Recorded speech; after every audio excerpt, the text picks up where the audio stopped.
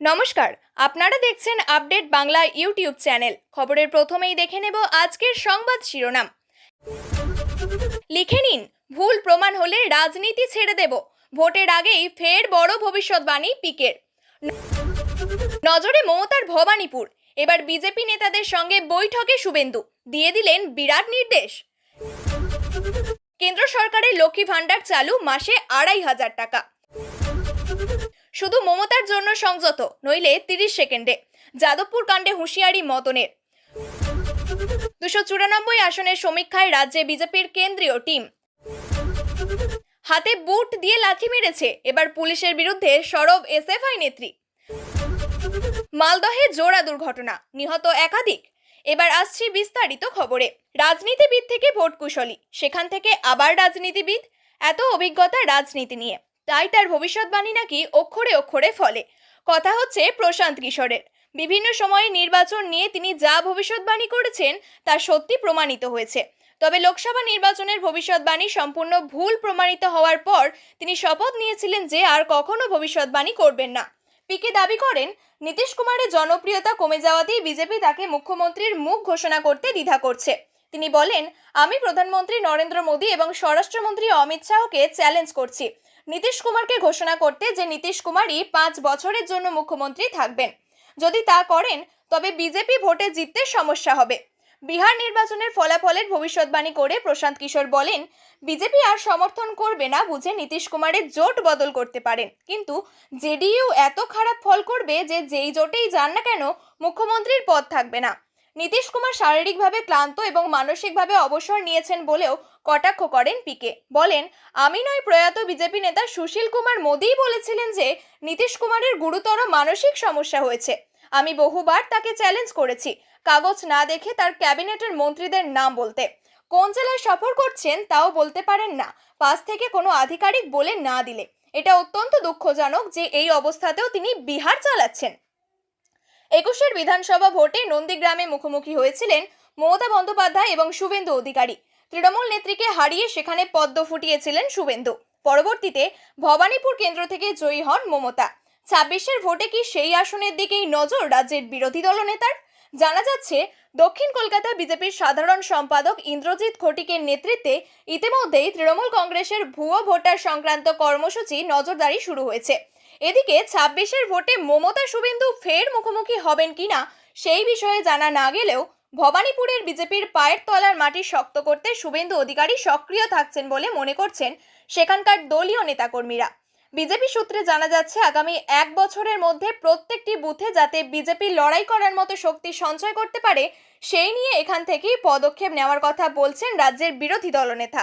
গতকালের বৈঠকে তিনি জানিয়েছেন, লোকসভা ভোটে ভবানীপুর বিধানসভার 8টি ওয়ার্ডের মধ্যে 5টিতে এগিয়েছিল পদ্ম শিবির।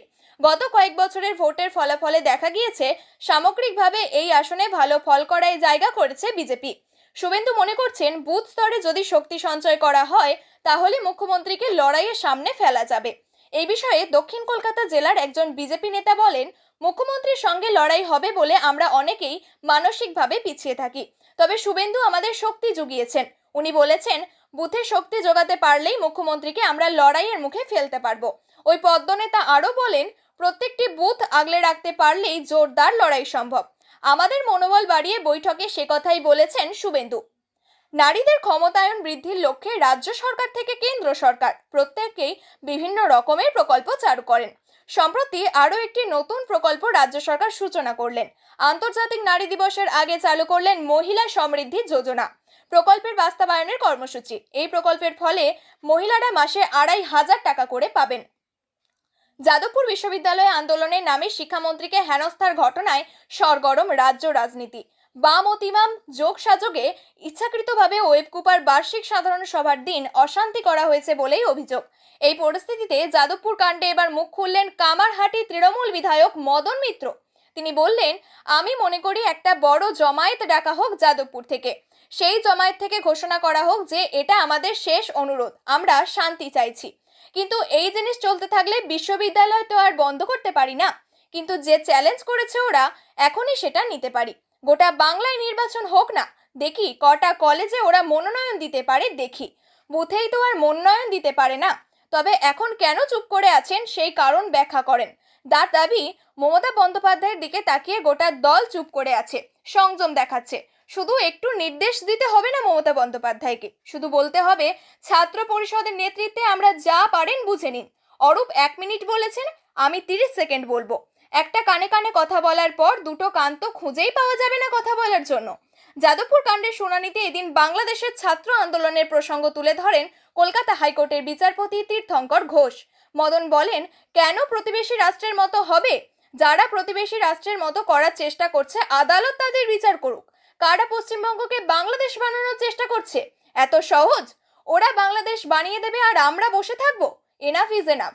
আমি বলতে পারি, শান্ত পশ্চিমবঙ্গে যাদবপুর যে পথে চলছে তাতে বাংলার ছাত্র ও যুব সমাজ গর্জে উঠছে, মেনে নিতে পারছে না। মমতা বন্দ্যোপাধ্যায়ের নির্দেশ আছে বলে আমরা সংযম করছি, কিন্তু খুব তাড়াতাড়ি এই সংযম ভেঙে যাবে বলে রাখা ভালো। এখনো যাদবপুর বিশ্ববিদ্যালয়ে আন্দোলনকারী পড়ুয়ারা ধর্ণা কর্মসূচি চালিয়ে যাচ্ছেন। আন্দোলনের পরবর্তী রূপরেখা স্থির করতে বৈঠকেও বসেন তারা। পরবর্তী পদক্ষেপ কি হয় আন্দোলনকারীদের, সেই দিকে এখন নজর সকলের। 294 আসনে সমীক্ষা করতে বিজেপির কেন্দ্রীয় টিম এখন রাজ্যে। বেসরকারি সংস্থা দিয়ে এই সমীক্ষা চলছে। এই দলে বিজেপির অন্য রাজ্যের কর্মীরাও আছেন। কোন বিধানসভা কি অবস্থা তা নিয়ে দিল্লিকে রিপোর্ট দেবে এই দল। এই মাসের শেষে রিপোর্ট দেওয়ার কথা। উল্লেখ্য, পাখির চোখ বিধানসভা নির্বাচন। দিল্লিতে আপ সরকার হারিয়ে ক্ষমতায় আসার পর এবার 2026 সালের বাংলা নির্বাচনকেই পাখির চোখ করছে বিজেপি। কিন্তু বাংলায় সংগঠন কি মজবুত করতে পেরেছে বিজেপি? পরিসংখ্যান বলছে, সদস্য সংগ্রহের টার্গেটের অর্ধেক পার করতে পারেনি বঙ্গ বিজেপি।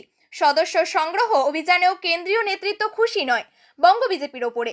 সদস্য সংগ্রহ অভিযানে বারবার মুখ থুবড়ে পড়ছে বিজেপি। তবে মান ধরে রাখেন সুকান্ত মজুমদার। তার দক্ষিণ দিনাজপুর, নদিয়া উত্তর ও দক্ষিণ ভালো ফল করেছে। জলপাইগুড়ি, তমলুক থেকেও পাস মার্ক এসেছে। তার মধ্যেই হিন্দু ভাবাবেগকে উস্কে দিতে রাজ্যে আসেন আরএসএস এর প্রধান মোহন ভগবত।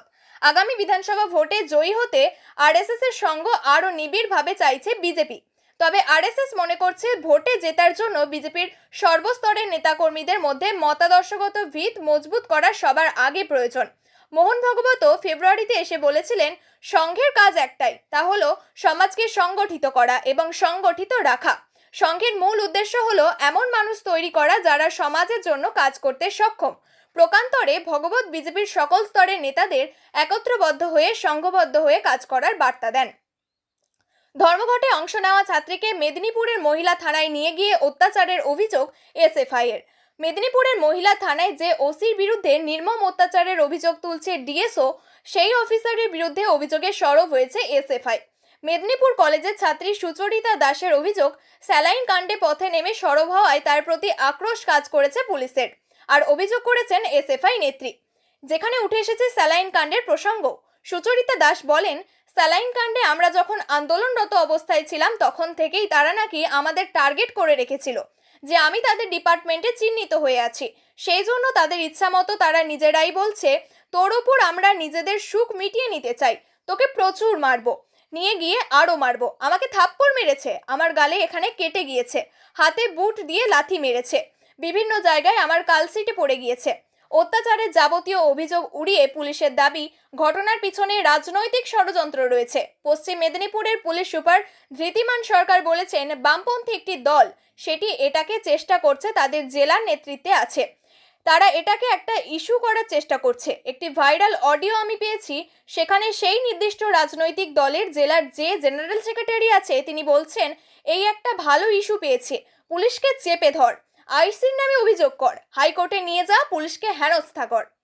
মালদহে জোড়া পথ দুর্ঘটনায় মৃত্যু 4 জনের, ঘটনায় আহত 3। ইতিমধ্যেই তাদের হাসপাতালে ভর্তি করা হয়েছে। ঘটনাটি ঘটেছে পুরাতন মালদহের নারায়ণপুর 12 নম্বর জাতীয় সড়কে এবং 512 নম্বর জাতীয় সড়কে।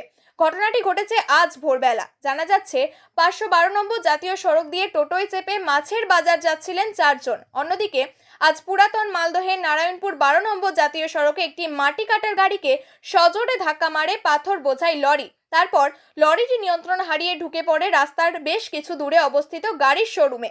সেই শোরুমে দেহরক্ষী লরির চাকায় পিষ্ট হয়ে মারা যান বলে খবর। ঘটনায় গুরুতর আহত হন মাটি কাটার গাড়ির চালক এবং খালাসি।